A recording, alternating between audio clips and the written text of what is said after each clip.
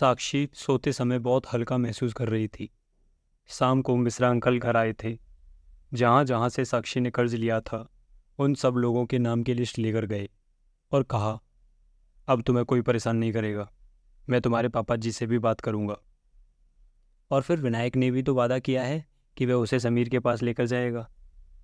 साक्षी नर्मदा के घाट पर पहुंची और विनायक के साथ आत्माओं के जहान में पहुंच गई।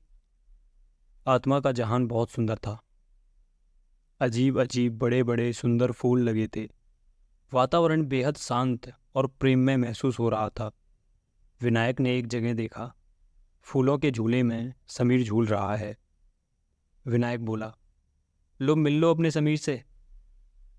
साक्षी समीर की नज़रें आपस में मिली।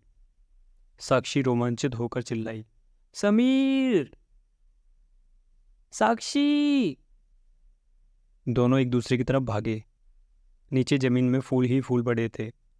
फूलों पर दौड़ते हुए एक अलग ही रोमांच हो रहा था। समीर ने साक्षी को अपनी बाहों में ले लिया। तुम मुझे छोड़ यहाँ पर कितने मस्त जीवन जी रहे हो, है ना? और मैं तुम्हारी जुदाई में मरी जा रही हूँ। साक्षी ने शिकायत की। हाँ, यहाँ बहुत सुंदर है सब चीज़ें साक्षी, पर मुझे भी तुम्हारे बिना एकदम अच्छा नहीं लगता था।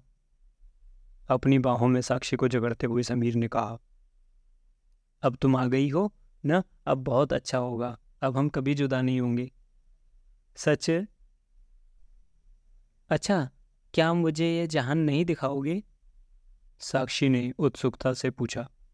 हाँ, आओ। यह बहुत अद्भुत जहान है।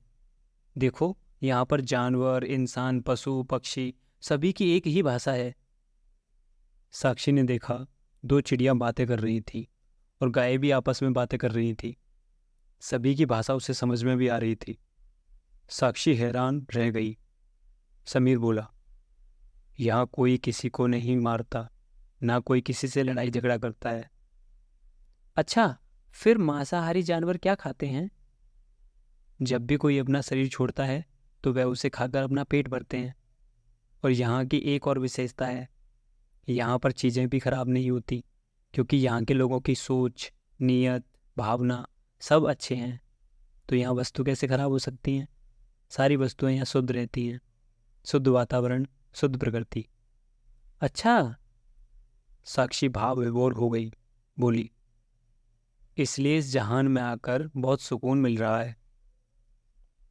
ये लो, यह फल खाओ। अरे, ये ट्रायंगल शेप का कौन सा फल है? इसे यहाँ पर मिर्च कहते हैं। वाह, क्या स्वाद है! एकदम चाट जैसा चटपटा स्वाद। और इस रसीले फल को खाओ। एक पेंसिल के शेप का फल समीर ने साक्षी को दिया। अरे वाह! अचंभित होकर साक्षी बोली, इसका स्वाद तो एकदम कोल्ड कॉफी जैसा। कितना बढ़िया है! कितनी बढ़िया दुनिया में हो तुम, समीर। आओ। समीर साक्षी को छत पर ले गया और छत से उसने साक्षी को धक्का दे दिया। समीर! साक्षी घबराकर चिल्लाई, तुमने मुझे धोखे से धक्का दे दिया। बचाओ, बचाओ! पर यह क्या, वह तो उड़ने लगी। समीर भी छत से कूद गया और उड़ते हुए साक्षी के पास पहुंचकर बोला, यहाँ पर ऐसा ही होता है। अगर तुम पानी में कूदोगी तो अपने आप मछली जैसा तैरने लगोगी। वाह समीर! साक्षी अचंभित सी चारों तरफ नजर घुमा रही थी। तभी विनायक आकर बोला, अब वापस चलें साक्षी? नहीं नहीं, मुझे वापस नहीं जाना। साक्षी ने समीर का हाथ जम से पकड़ लिया। वापस तो जाना ही पड़ेगा। विनायक ने साक्षी का हाथ समीर के हाथों से छुड़ाया।